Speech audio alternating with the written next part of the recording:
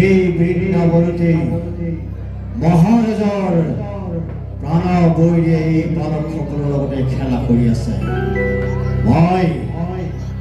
মই সৰু গছজোপাৰ তলতে এইখনতে জিৰণি লওঁ।